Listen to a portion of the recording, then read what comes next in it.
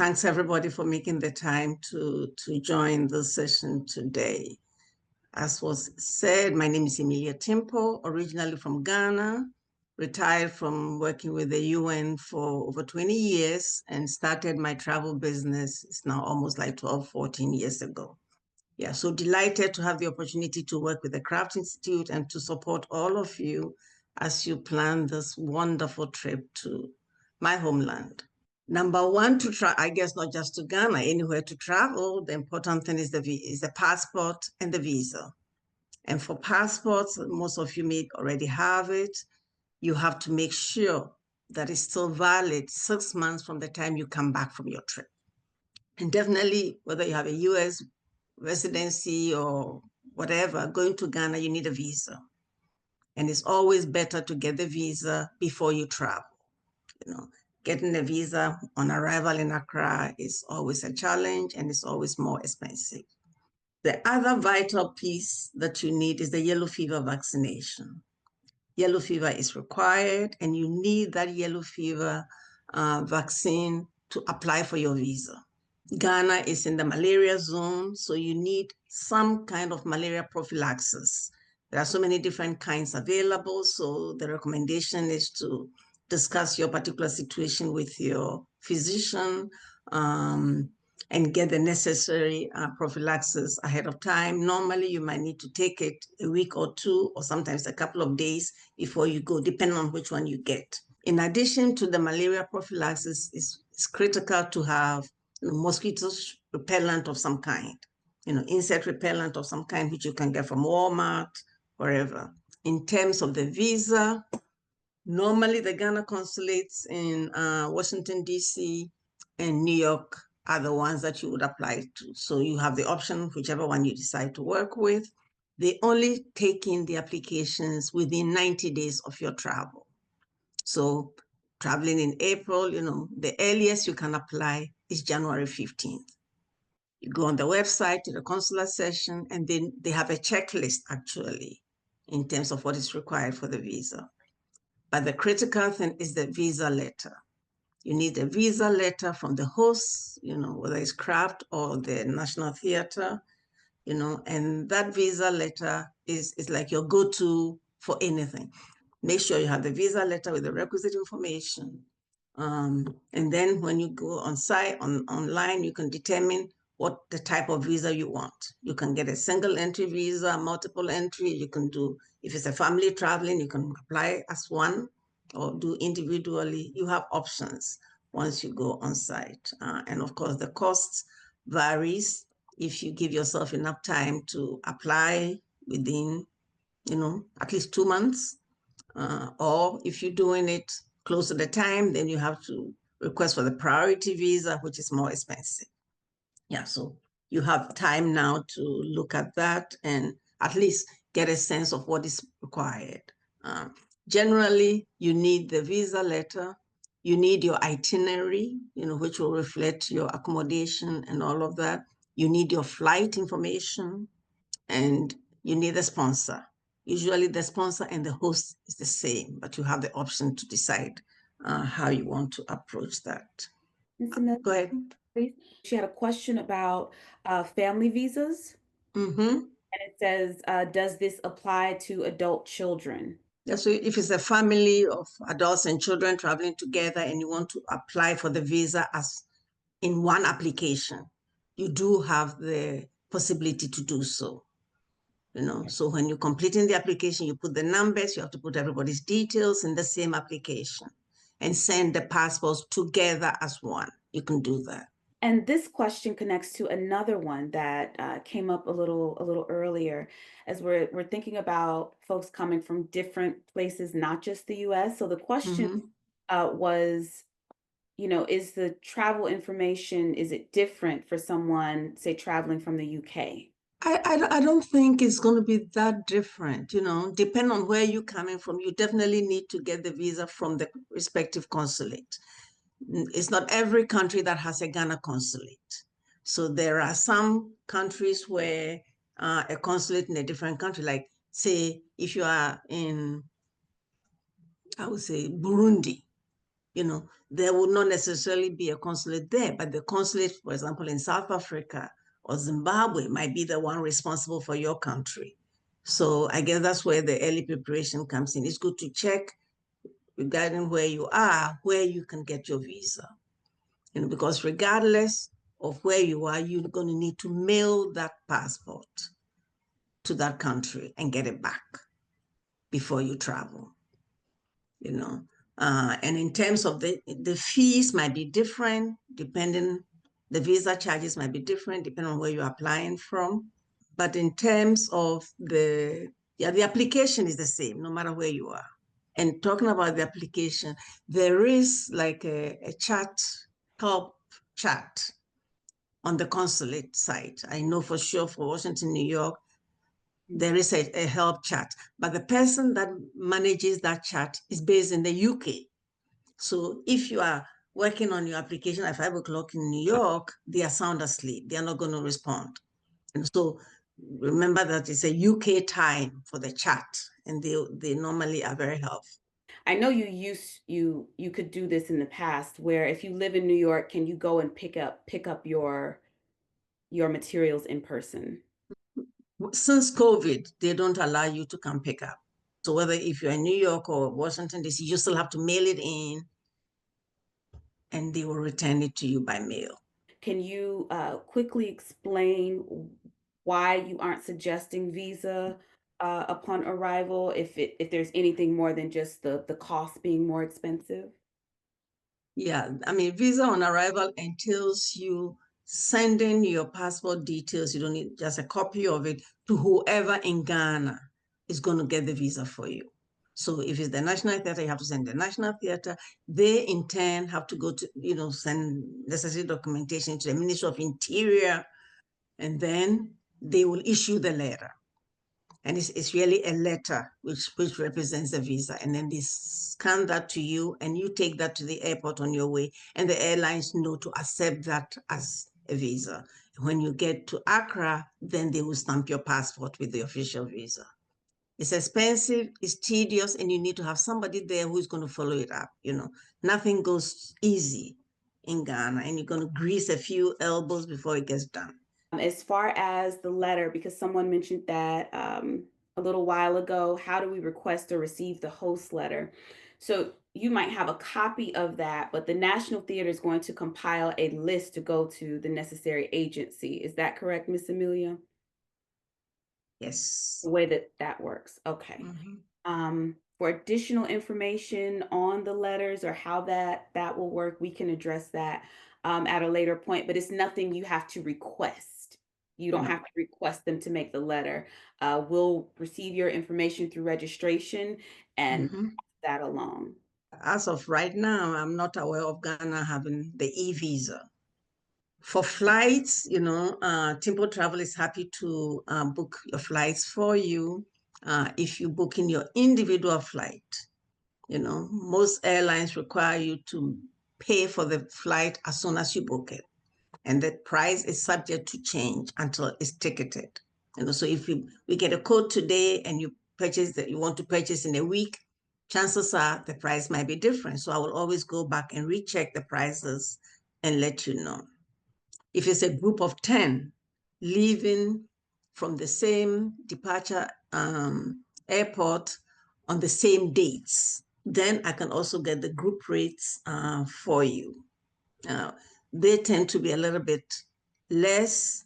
And for the group rates, you normally put a deposit, $100 deposit, and then you make the final payment closer to the departure time. But if it's not group, then you have to pay for it as you make the reservation.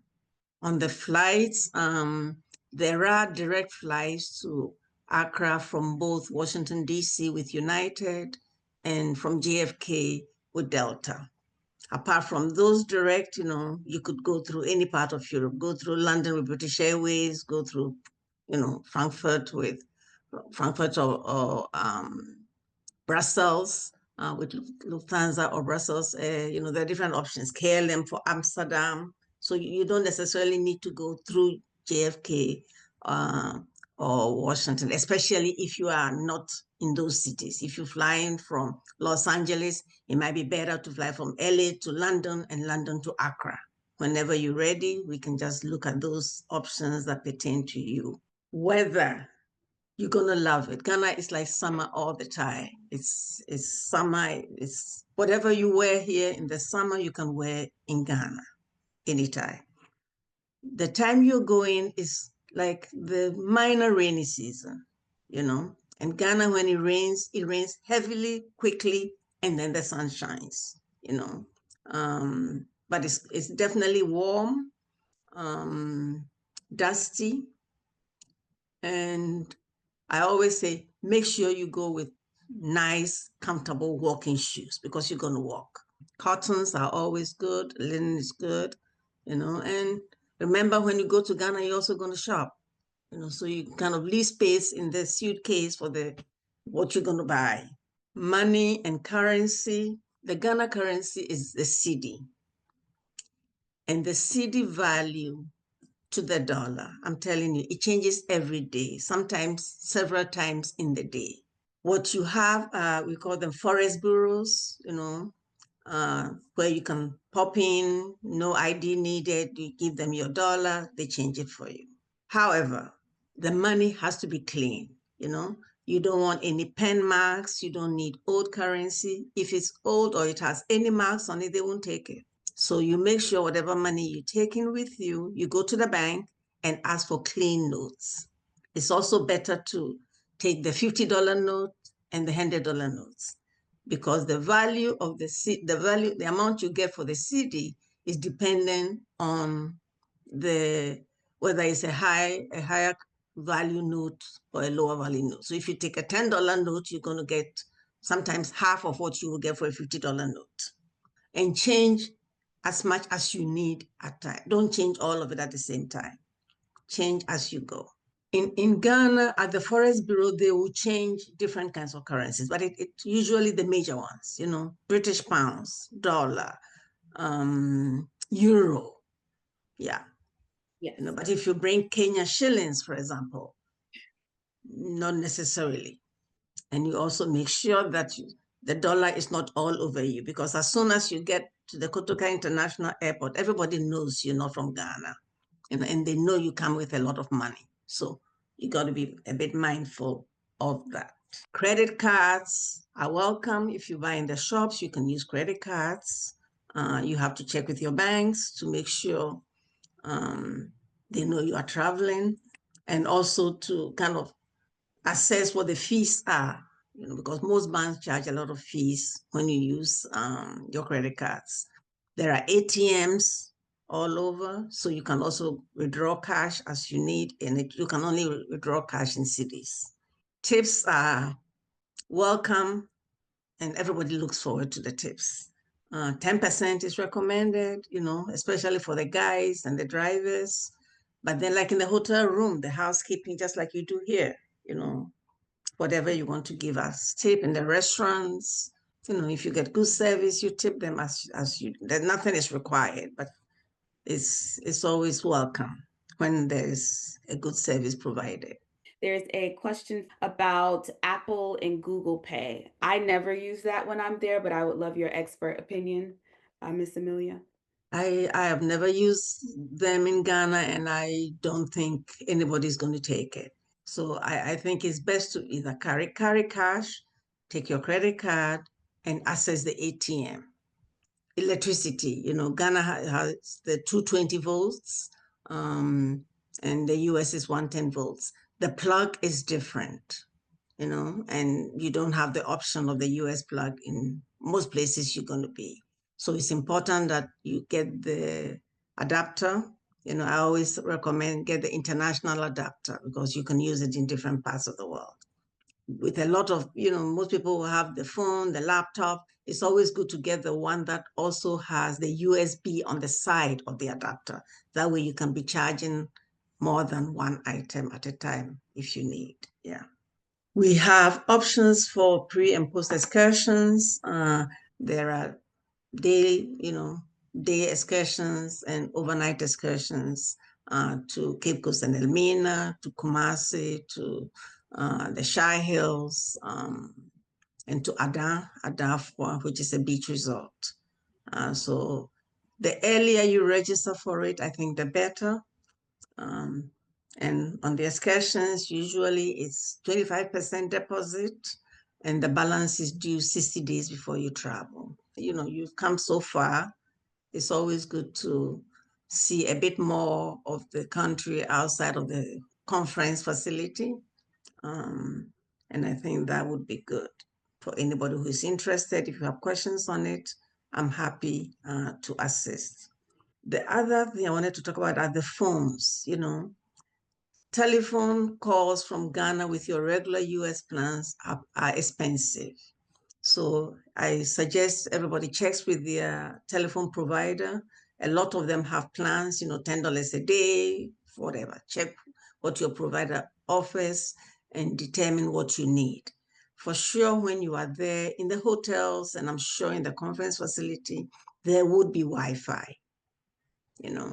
There's Wi-Fi, you can do WhatsApp, you can make calls on it without paying, but outside of the hotels or the conference facility, there are no pay phones you can use. So Adele, I've done both. So I've hit the ground in Ghana and then I went and purchased, kind of like a burner phone, just so I could easily make calls, etc. I've done that. And of course, the more they have a very basic phone, and then you can go all the way up to a smartphone. So you can definitely do that. They have some of those shops and things you can get right there at the airport, or at places nearby. It's been a while since I did the burner phone, but I want to say it was roughly about 40 US for a very basic burner phone. So the last time what we did is we had a data plan. We were traveling internationally, so we just paid for that. We knew how long we would be gone, so we wouldn't have any issues. Otherwise, WhatsApp and Wi-Fi is your friend. I mean, I have T-Mobile. T-Mobile has a plan where it works. You use the data no matter where you are, but it depends on the plan that you have. Verizon, I know for $10 a day, you can have access to data. Before, like getting the phone, before you can get a phone and get a SIM card. Now in Ghana, you're not able to get a SIM card unless you have a Ghana card. So it's not going to be possible, even if you have the phone, which you can literally use your US phone and put a SIM card in it. But now to be able to get a SIM card, you need a Ghana card. So you're not going to be able to do that. And also I suggested the question of travel insurance. Travel insurance is highly recommended. When you're spending so much money and going so far, you want to be covered in case of any emergencies before or after.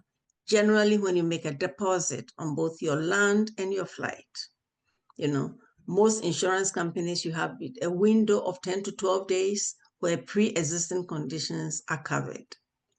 If you purchase the insurance outside of those 12 days, they will still cover you, but pre-existing conditions will not be covered. So the proposal is generally once you make a deposit, get your insurance at the same time. That way you'll be covered. In terms of moving around, somebody's talking about Bolt. Yes, there's Uber, there's Bolt. There's a third one also that I use.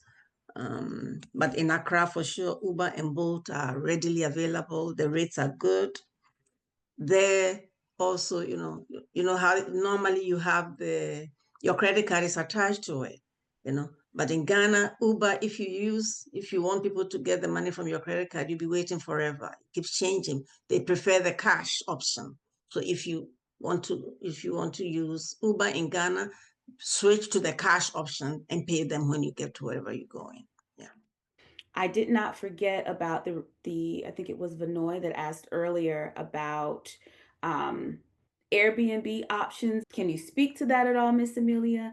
And then we can discuss hotel in a moment. Yeah, Airbnbs are available in Ghana, but I just don't recommend them unless they are in like gated communities. You don't want to be in any house, any place, Airbnb. No. So here, in terms of hotels. There's the QR code for the travel insurance that was spoken about, but hotel accommodations. I saw that in the chat. So our collaborating partner is the National Theatre of Ghana. And so they're actually in Ghana, boots on the ground, whereas the majority of the craft team is in the United States, spread out. So the National Theatre of Ghana is taking the sole responsibility of acquiring the discount codes and discounted rates for those that are attending or will be in Ghana in relationship to IBTS April 27th through May 2nd. So we have a contact where you can email Senna directly with your inquiries as they have the discount codes and rates. And then that information will then be shifted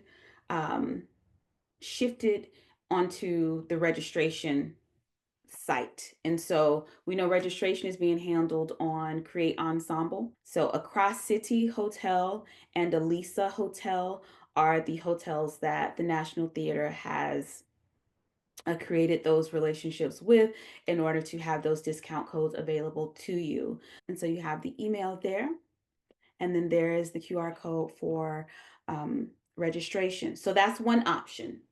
So let's say you have the conversation and you say, well, I don't want to deal with all of this myself. I'd like to just have my documents show up and ready to roll.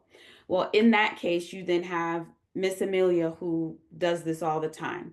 So as far as the arrangement of the flights, etc., she can talk to you about that as well as with the hotel accommodations. Yeah, for Timpo travel, dealing with the accommodation, generally, we have the space booked for the number that we need, and we generally will just send you a link to make your deposit. You get a reminder 60 days before you travel to make your final payment, and we will send you the visa letter and the confirmation of the tour, and it's done. Of course, the price is a little bit higher than what the National Theatre is offering, but that's the service we provide. There's a question about the bed sizes in the hotels. Yeah, usually the standard size is the double bed, which is slightly bigger than the full. So for people who are sharing, then you need to specifically request for the twin so you can have two beds. Otherwise, if you don't say twin, you're going to get one bed. As in two twin beds or two queen beds? Yeah, you have to specify. You could get, if it's two beds, it's likely going to be two queen beds. Yeah. So twin is referring to the Two amount beds. of beds, not Exactly. the size of the bed. No. And normally, like here, when you pay for the accommodation, you pay for the room. It could be two people there or four people there. In Ghana, and not just in Ghana, most other parts of the world, the charges are per person. It says if I want to start applying for the visa tomorrow, the consulate will already have my information due to my registration for the summit, correct? In terms of having the visa letter. No, so you No. go ahead, you speak to that. No. Craft is not going to be sending anything to the consulate. The only way your information gets to the consulate is to go to the consulate website and put in the application with your specific information. And if you're doing it now, even if you complete it, they will not accept it because it's greater than 90 days from the date you are traveling. So you have to wait to start the application, or you can start the application, but you cannot submit it until after the 15th of January. Great detail. Start it, but you can't complete it because they won't accept it given the time frame parameter. Earlier question was about the event itself, what to expect. So I'm going to be very, very brief about that because you may have more travel questions coming into your head that we can ask Miss Amelia about. So one, we do not want to think about the IBTS convening in 2025 as a conference. So the idea that we will come together and present our papers and discuss, that's not what this is. So the impetus for this is to is to really have the necessary conversations with those who are either in your field or adjacent to your field so that we can continue to share creative works, practices, uh, across the channels, but the infrastructure isn't readily there. So we're trying to figure out what's working, what's missing, how we can fill those gaps and collaborate to get it done. We are looking to have you all um, in spaces that are not just inside of a building. So we are looking to have you engage with the city that we're in and the spaces that we're going to. There will also be opportunities to collaborate and present those collaborations at the end of our days. We'll have a welcome ceremony on Sunday, and then we'll have a closing ceremony on Friday to kind of bookend what we've done. And then Wednesday, smack dab in the center, that's just a full excursion day. There will be no meetings in rooms and talking about what happened the day before yesterday. That is a day where you have the opportunity to either go, say, to Eastern region, go to a Cinema Falls, see the waterfall, go in the mountains, or to go to Cape Coast, Almina, to go to the dungeons, right? And go to Asinmonsu, so the last washing.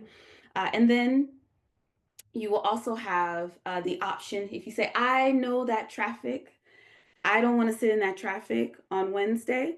And you say, I just want to experience the city. So you have the Du Bois Center, you have the Kwame Nkrumah Mausoleum, Independence Square, all of these things that you can do. And of course, if you're going to Ghana, you have to go to the market. And there are markets, believe me.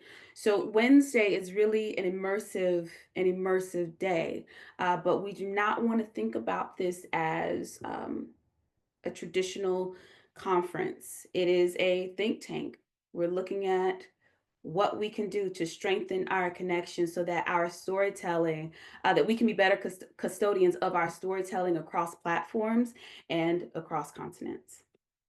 Okay, if you're not able to attend the entire week, of course, of course, you have all the flexibility that you desire or need for this, but it is a journey to do this. And as far as events and tickets, I saw that earlier. There are two stagings that I know we're doing. That stuff is built into your registration. So any events that you decide to do outside of what has been curated by the program committee, then of course that will be at your own expense. But we do have those things built into the registration fee as it relates to screenings, stagings. Someone is asking about safaris. If you want safari, you need to go to the northern part of Ghana, so you need to add extra days to your stay. And I would speak to Miss Amelia for that because she knows, she has the relationships in terms of where to go, who to do it. When you sign up for any of the pre or post excursions through Miss Amelia, all of that is planned out in terms of how you're getting to where you're going, the timing of it, all of it. It's just a matter of you saying that you're interested in doing it, being prepared to pay those fees, and that's a separate conversation you can have with Miss Amelia, and we have her information there available to you, and you can go and explore for sure. Go. Is there an ETA for full summit itinerary? Hi. So we do have a draft going, but as it is an election year in Ghana right now, and they are prepared to go to the polls, there are some items that are tentative that we are intending to shift. But yes, we will be releasing that agenda shortly. But I can give you the overview here, which is Sunday, which we are suggesting you all arrive Saturday because of the jet lag and the timing. It's suggested, it's not a requirement, but Sunday we will have an opening ceremony, etc. And the events, there'll be a show, all the pomp and circumstance that only you can get in Ghana. And then Monday, we will then, of course, have a schedule. We will have, the meetings, the sessions, workshops. Lunch is provided in your registration, of course, as is dinner. The only day we are not covering your lunch is Wednesday. Your lunch dinner is Wednesday. All the other days are covered. And then, you know, Monday, Tuesday, programming out in the world on Wednesday, Thursday, programming shows, Friday, a little bit of programming. You have to run out into the world and buy all of your gifts that you failed to get before and to pick up your outfits that you had made while you're there. And then you'll come back, we'll have dinner, closing the ceremonies, and then you're free to party because we are ending with a celebration, a party. It is 1 o'clock, and I will wrap up by saying this. This isn't the last one. This isn't the last time. Dr. Monica Ndunu would say we are planning the first 10 years of the next 100 years of Black storytelling. So this is a beginning. We can't do it all, but we have to start somewhere. And so if you need some support in getting there in terms of the arrangements, Miss Amelia with Timpo Travel is there for you as a resource. We have contact info on the screen here available for you to start to ask more of those questions that you need. But registration closes on January 31st. And in the meantime, if you have questions, don't hesitate to reach out with those. And we would definitely like to know, if you could, before you go, if you are interested in any pre or post excursions, if you could drop that in the chat for us, that would be very useful, because that helps Miss Amelia in planning those, because they do need a minimum number of people. So that concludes, I think, the travel info session. We do intend to have another info session, but we couldn't let 2024 go without sharing this information with you today. Thanks, everybody. Thanks a lot.